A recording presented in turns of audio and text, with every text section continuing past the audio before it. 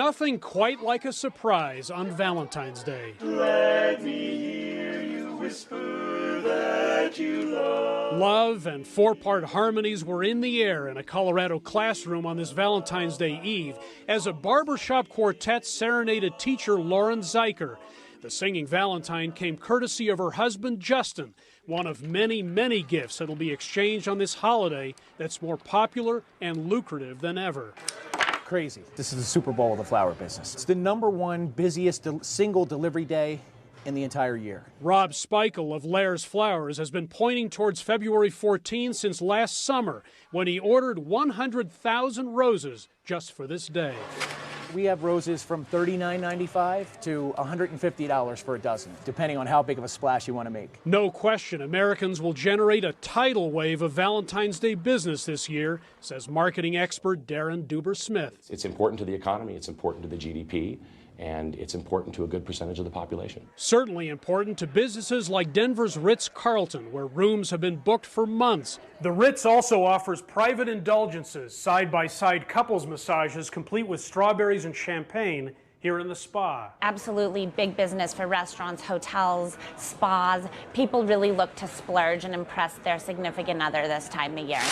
Duber-Smith says America's marketing machine has now elevated Valentine's Day to the level of other major U.S. holidays with a little extra social pressure to participate and, yes, spend. The idea is if you don't have a Valentine, if you're not involved, you're kind of excommunicated from the culture for a week. Speichel says Valentine's Day has one advantage over other occasions. It's love. What are you willing to pay for love? That's what this holiday is all about. They're paying enough to give 17 Valentine quartets in the Denver area something to sing about. This classroom cameo was a success. Well, it was definitely a surprise. Love is in the air on this Valentine's Day, and this holiday is soaring. Hendrik Sabrandi, CCTV, Denver. St. Valentine's Day is the world's holiday of love. Since the Bible states that God is love in 1 John chapter 4 verses 8 and 16, does he approve of the celebration of this day? Does he want his people, true Christians, partaking of the candy and cards, or any customs associated with this day? When God says he wants you to live life abundantly in John chapter 10 verse 10, does that include celebrating a festive, seemingly harmless holiday like Valentine's Day? The God who gives us everything we need, life, food, drink, the ability to think for ourselves, surely approves of St. Valentine's Day, the holiday for lovers to exchange gifts, right? Do not be so certain. Do not assume anything. Do not even take this video's word for it. Go to history books and encyclopedias. Go to the Bible. Then you will know the real truth behind St. Valentine's Day. And you will know what God expects you to do about it. Like Christmas, Easter, Halloween, New Year's and other holidays of this world, St. Valentine's Day is another attempt to whitewash perverted customs and observances of pagan gods and idols by Christianizing them.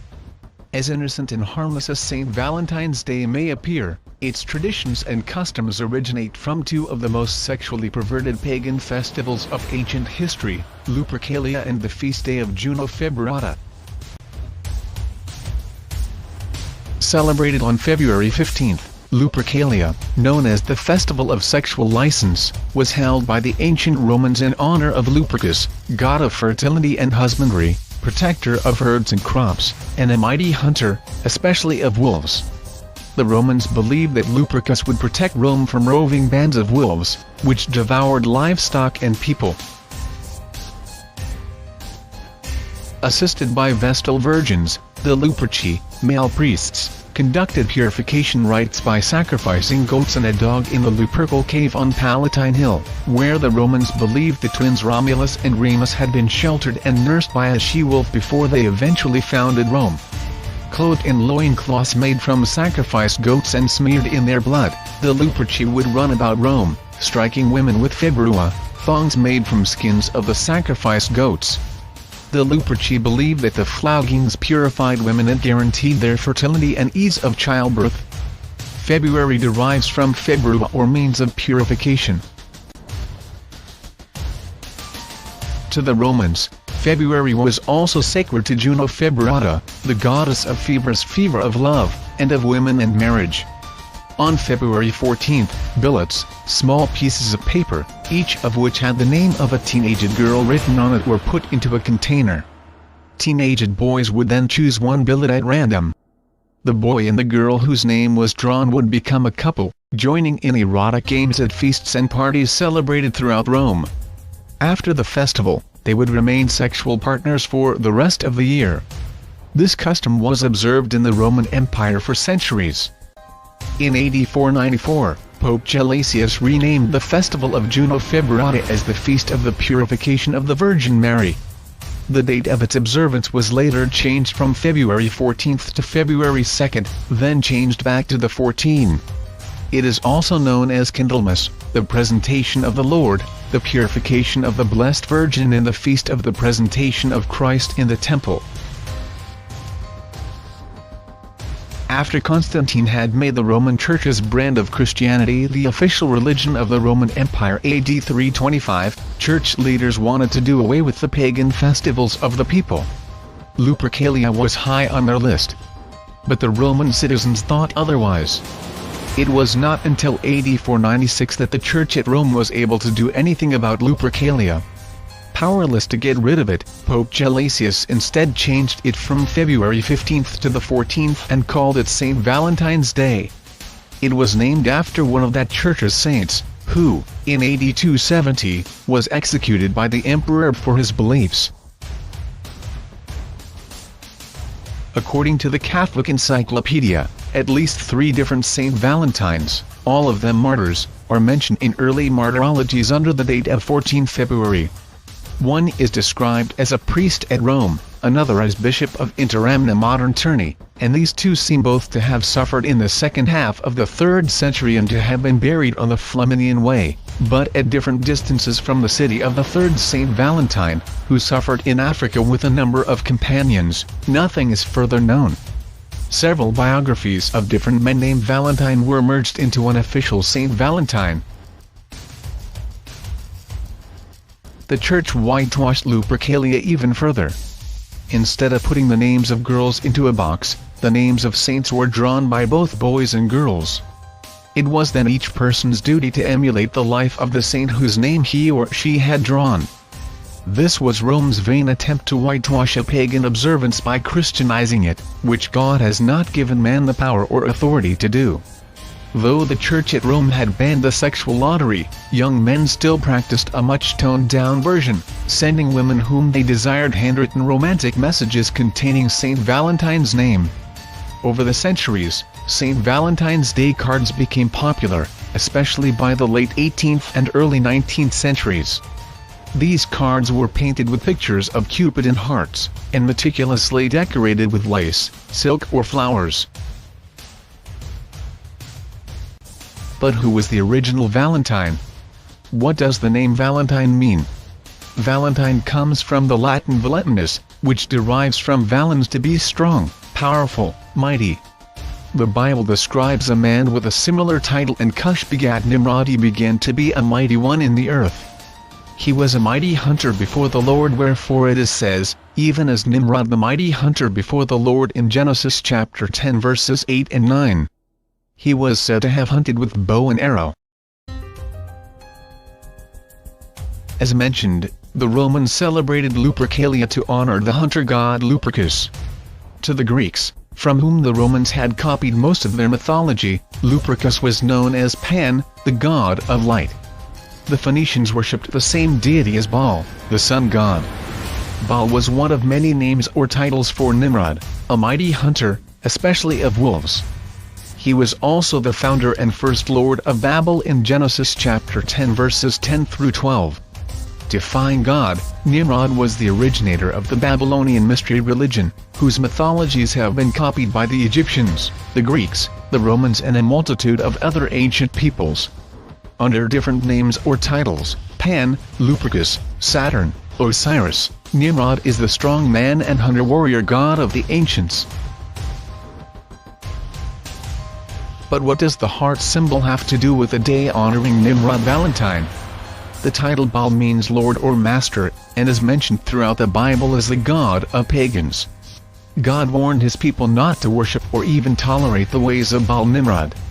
In ancient Chaldean, the language of the Babylonians, Baal, which is similar to Baal, meant heart. This is where the Valentine heart symbol originated. Now notice the name Cupid. It comes from the Latin verb cupere, meaning to desire. Cupid was the son of Venus, Roman goddess of beauty and love. Also known as Eros in ancient Greece, he was the son of Aphrodite. According to myth, he was responsible for impregnating numerous goddesses and mortals. Cupid was a childlike archer. Remember, Nimrod was a skilled archer. Mythology describes Cupid as having both a cruel and happy personality. He would use his invisible arrows, tipped with gold, to strike unsuspecting men and women, causing them to fall madly in love. He did not do this for their benefit, but to drive them crazy with intense passion, to make their lives miserable, and to laugh at the results. Many of the gods of the Egyptians, Greeks, Romans, Assyrians and others were modeled after one man, Nimrod. But what does this have to do with us today? Why should we be concerned with what happened in the past? Read what God commands his people concerning pagan customs and traditions. Learn not the way of the heathen, for the customs of the people are vain. Jeremiah chapter 10 verses 2 and 3. Also notice Christ's words in Matthew 15:9, "It is vain they do worship me, teaching for doctrines the commandments of men." Throughout the Bible, God describes heathens as those who worship things that he had created: animals, the sun, the moon, stars, trees, etc., or man-made idols, or anything but the one true God. He calls such people and their practices pagan. True Christians understand that God hates any customs, practices and traditions that are rooted in paganism. But just how serious is God about paganism? Just why does God hate anything that resembles pagan customs? Is it possible to whitewash or Christianize pagan practices and make them clean? Is it okay to practice pagan customs as long as you worship God? Notice what God says in Leviticus chapter 18. After rescuing Israel from slavery, God warned them not to practice the customs they had picked up in Egypt, or learn the ways, customs and traditions of the Gentile nations that they would encounter in the Promised Land, verses 1 through 3. Instead, God commanded Israel to follow his ways, verses 4 and 5. God then describes the pagan ways of these ungodly nations in great detail. In verses 7-20, he condemns all kinds of heterosexual sex relations that fall outside the holy boundaries of marriage: incest, fornication, adultery, etc. In verses 22 and 23, God condemns homosexuality and bestiality. Together, these sins break down and destroy the family unit that God had so lovingly created and instituted.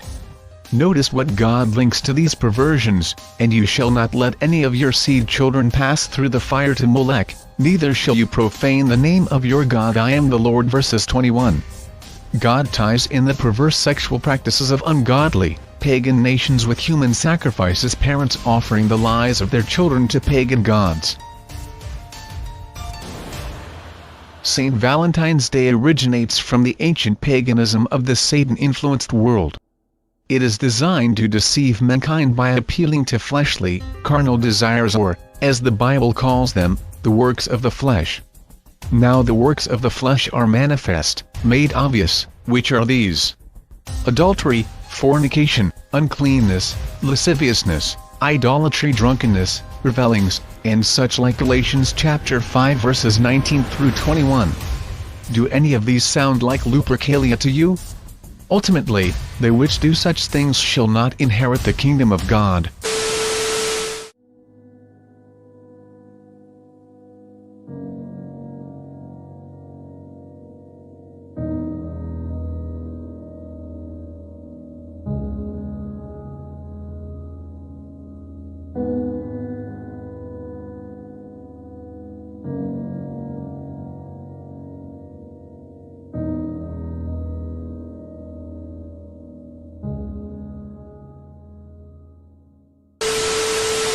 BNN.